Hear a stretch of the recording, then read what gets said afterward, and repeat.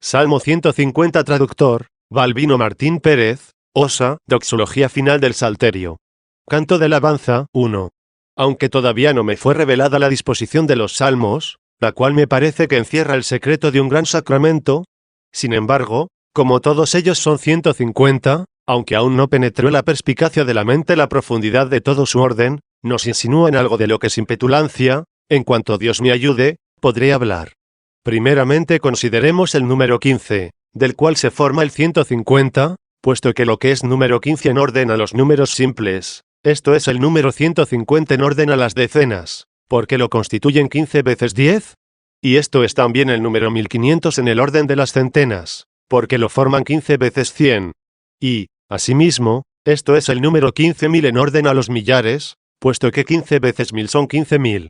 El número 15 simboliza la conformidad de los dos testamentos. En el viejo se guarda el sábado, que significa el descanso 1. En el nuevo, el día del Señor, que señala la resurrección. El sábado es el día séptimo de la semana, y el domingo, que sigue inmediatamente al séptimo. ¿Cuál es sino el octavo? El cual ha de tenerse también por primero, pues también se llama el día primero del sábado 2, y, a partir de él, el segundo, el tercero, el cuarto, y así hasta el séptimo, que es el sábado. Desde el domingo hasta el domingo se cuentan 8 días, y en ellos se hace patente la revelación del Nuevo Testamento, que en el Viejo se hallaba como velado bajo las promesas terrenas. Pues bien, 7 y 8 son 15. Y este es también el número de salmos o cánticos que se llaman de grado, desde el 119 al 133, porque otros tantos eran los peldaños por los que se subía al templo. Asimismo, el número 50 encierra en sí un gran sacramento, pues consta de una semana de semanas con el aditamento de un día, como si fuese el octavo, para completar el número 50. 7 veces 7 constituyen el número 49, al cual se añade 1 para formar el 50. Este número 50 encierra tan gran simbolismo, que, a contar desde el día de la resurrección del Señor tantos días completos, en el mismo día 50 vino sobre los que se hallaban congregados en Cristo el Espíritu Santo 3. Este Espíritu Santo se recomienda en la Santa Escritura de modo especial por el número septenario, ya en Isaías, ya en el Apocalipsis 4, en donde clarísimamente se dan a conocer 7 Espíritus de Dios, atendiendo a la obra septenaria del único y mismo Espíritu. Esta obra septenaria se conmemora por el profeta Isaías así, y reposará sobre Cristo, el Espíritu de Dios, Espíritu de sabiduría y de entendimiento, Espíritu de consejo y de fortaleza, Espíritu de ciencia y de piedad, Espíritu de temor de Dios 5.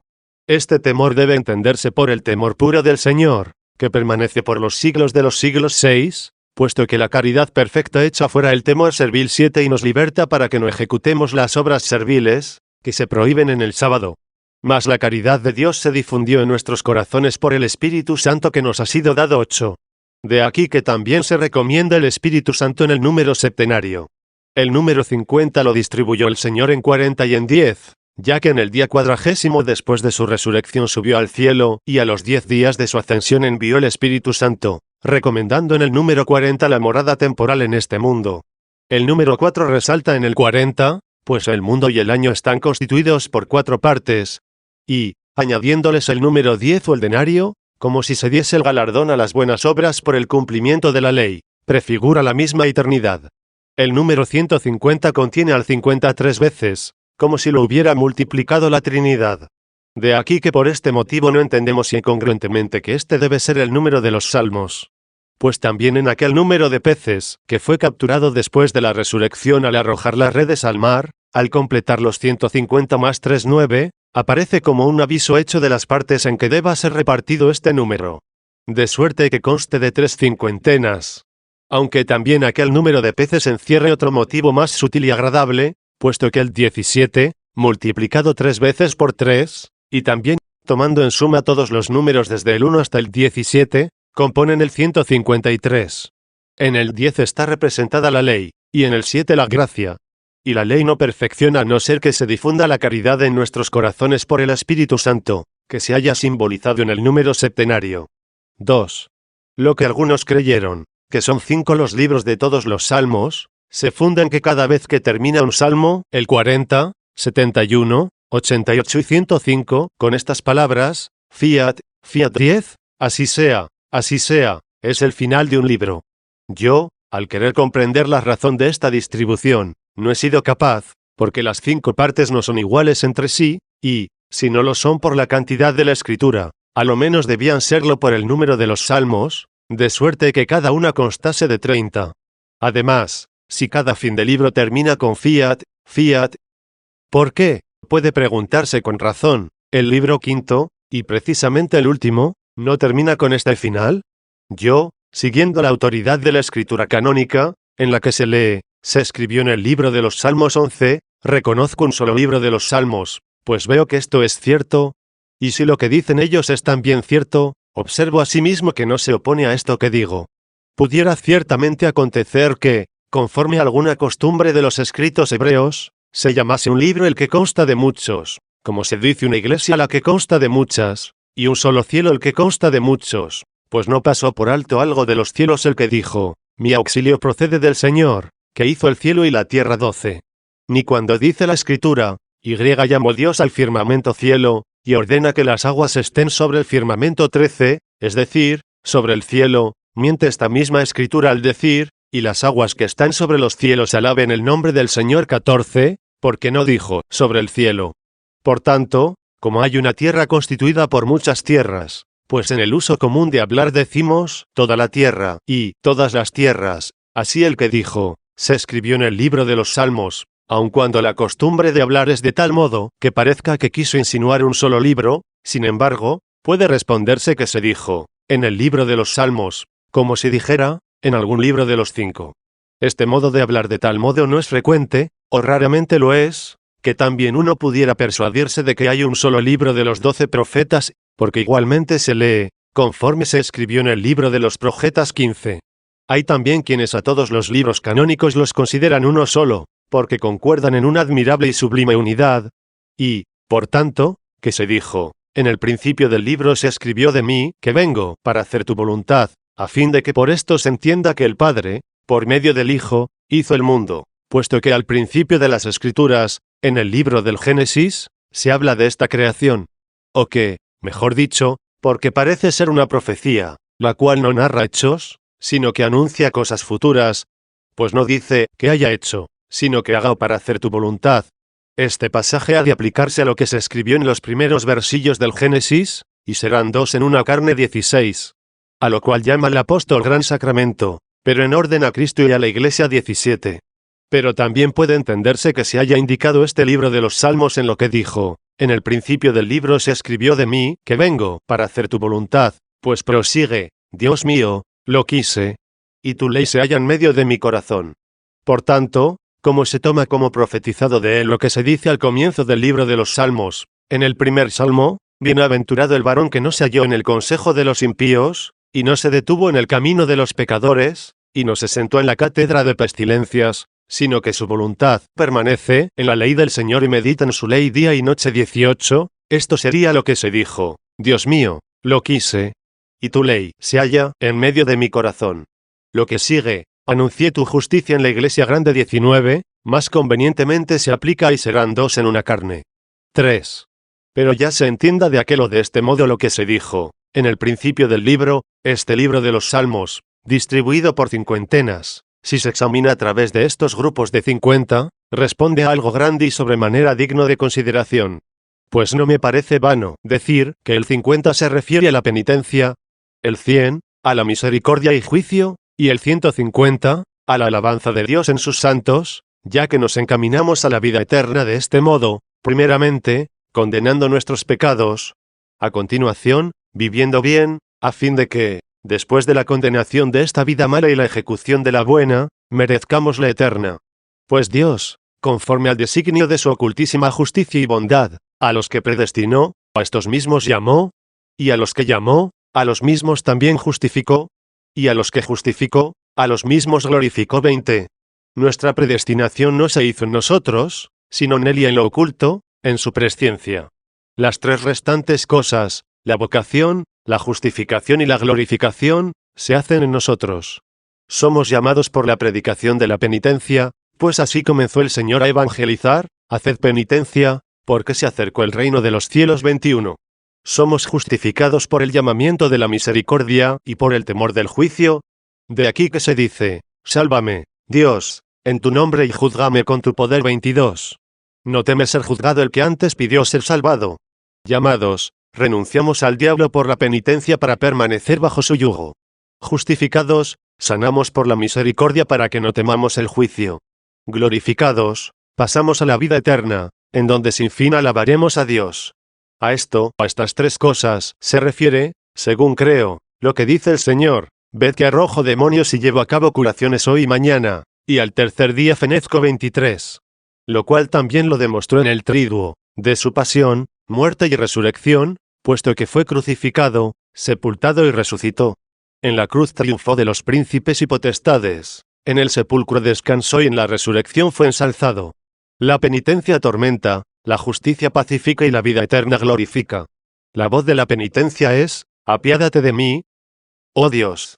Según tu gran misericordia, y según la multitud de tus piedades borra mi iniquidad. La penitencia, ofrece en sacrificio a Dios, el espíritu atribulado y el corazón contrito y humillado. 24. La voz de la justicia de Cristo en los elegidos es: misericordia y juicio te cantaré. Oh Señor. Salmearé y entenderé en el camino inmaculado cuando vengas a mí. Efectivamente, por la misericordia nos ayuda, para obrar justicia a fin de que nos presentemos seguros al juicio, en donde son exterminados de la ciudad del Señor todos los que obran iniquidad. 25. El versillo con el que concluye este Salmo 100 es la voz de la vida eterna. 4. V.1-2. Alabad al Señor en sus santos, sin duda en aquellos que glorificó. Alabadle en el firmamento de su poder. Alabadle en sus poderíos, o como otros consignaron, en sus potentados. Alabadle según la inmensidad de su grandeza. Todas estas cosas son sus santos, pues, como dice el apóstol, nosotros somos justicia de Dios por Cristo. 26. Luego, si son justicia de Dios, la cual Él hizo en ellos, ¿por qué no serán también poder de Dios, que hizo en ellos para que resucitasen de entre los muertos, ya que también de un modo especial resalta en la resurrección de Cristo el poder, pues, aun cuando en la pasión apareció la debilidad, según dice el apóstol, si fue crucificado en cuanto a la flaqueza, no obstante, vive por la virtud o el poder de Dios. 27. Y en otro lugar dice también, a fin de conocerle a Él, y el poder de su resurrección. 28. Admirablemente dijo por tanto, en el firmamento de su poder, pues es firmamento de poder, porque ya no muere y la muerte no se enseñoreará de él en adelante. 29. Pero, ¿por qué, pues, no se dice, a los que hizo en ellos, al nombrar los poderíos de Dios? Sin duda, ellos son poderíos de Él, como nosotros somos justicia de Dios en Él, según se dijo. Pues, ¿qué cosa más poderosa que reinar eternamente después de haber vencido a todos los enemigos debajo de sus pies? ¿Y por qué no han de ser también inmensidad de su grandeza?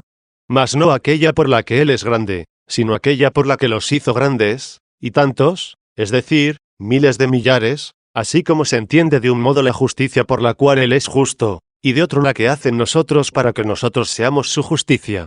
5. Estos mismos santos se hallan simbolizados a continuación en todos los instrumentos músicos, que alaban a Dios. Pues lo que consignó de antemano diciendo, alabad al Señor en sus santos, lo declara seguida, simbolizando de varias maneras a sus mismos santos. 6. V.3. Alabadle con sonido de trompeta. Esto debido a la nitidísima claridad de la alabanza. Alabadle con el salterio y la cítara. El salterio alaba a Dios en la parte superior, y la cítara en la parte inferior, como si se alabase a Dios por lo celeste y lo terrestre, como si se le alabase porque hizo el cielo y la tierra. Ya dije en la exposición de otro salmo, que el salterio tiene la caja sonora en la parte superior, en la que se fija la serie de cuerdas para que produzca un sonido más fuerte y más dulce. Y la cítara tiene esta caja de resonancia en la parte inferior. 7. V.4. Alabadle con tímpano y danza. El tímpano, atabal o tambor alaba a Dios cuando ya no existe flaqueza alguna de corrupción terrena en la carne cambiada, puesto que el tambor se hace de piel desecada y consolidada. La danza o el coro alaba a Dios cuando le alaba la sociedad pacífica.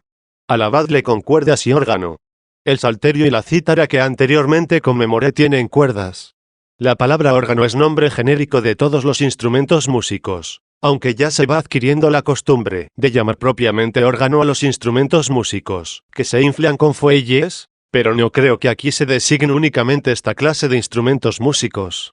Pues el vocablo órgano es palabra griega, que, como dije, es nombre común que se aplica a todos los instrumentos músicos. Y los griegos llaman por otro nombre a los que se inflan con fuelles. El llamar órgano solo a esta clase de instrumentos músicos, más bien es costumbre latina y del vulgo. Por lo que dice, con cuerdas y órgano, me parece que quiso significar algún otro instrumento músico que tenga cuerdas, pues no solo el salterio y la cítara poseen cuerdas. Pero como en el salterio y en la cítara, debido al sonido producido, en uno en la parte superior y en la otra en la parte inferior, se descubrió algo que puede entenderse conforme a esta distinción, por lo mismo nos incita a buscar alguna otra cosa en las mismas cuerdas, porque ellas también son carne, pero exenta ya de la corrupción. Quizá a la palabra cuerdas añadió órgano para que no sonase como cada una de por sí, sino para que sonasen conjuntamente en armoniosa diversidad, como se acoplan en el órgano. Pues también los santos de Dios tendrán entonces propias diferencias consonantes, no disonantes. Es decir, concordantes, no discrepantes, así como se produce un dulcísimo canto con diversos sonidos, pero sin discrepar entre sí.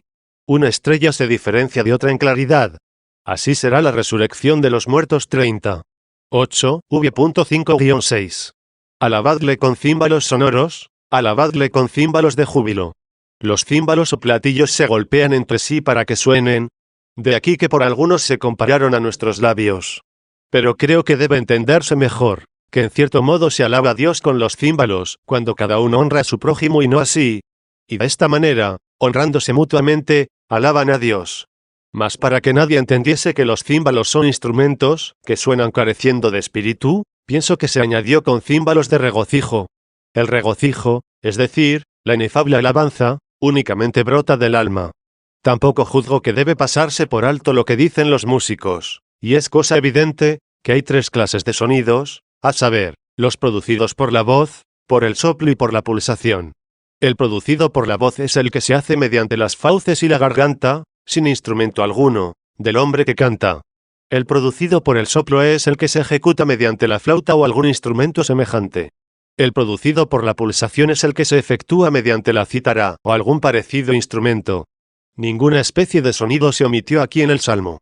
Porque la voz se da en el coro, el soplo, en la trompeta, y la pulsación, en la cítara, como si fuesen la mente, el espíritu y el cuerpo, pero comparando, no igualando. Lo que consignó de antemano, alabad al Señor en sus santos. ¿A quiénes se lo dijo sino a los mismos? ¿Y en quiénes se llevó a cabo el alabar a Dios sino en los mismos? Vosotros, dice, sois sus santos y su fortaleza, pero la que él hizo en vosotros, también sois su poderío y la inmensidad de su grandeza, pero la que él hizo y manifestó en vosotros.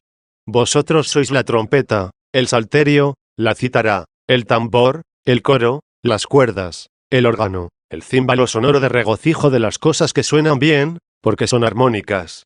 No se piense aquí en nada vil, en nada pasajero, en nada cómico. Y como percibir según la carne es muerte, todo espíritu alabe al Señor.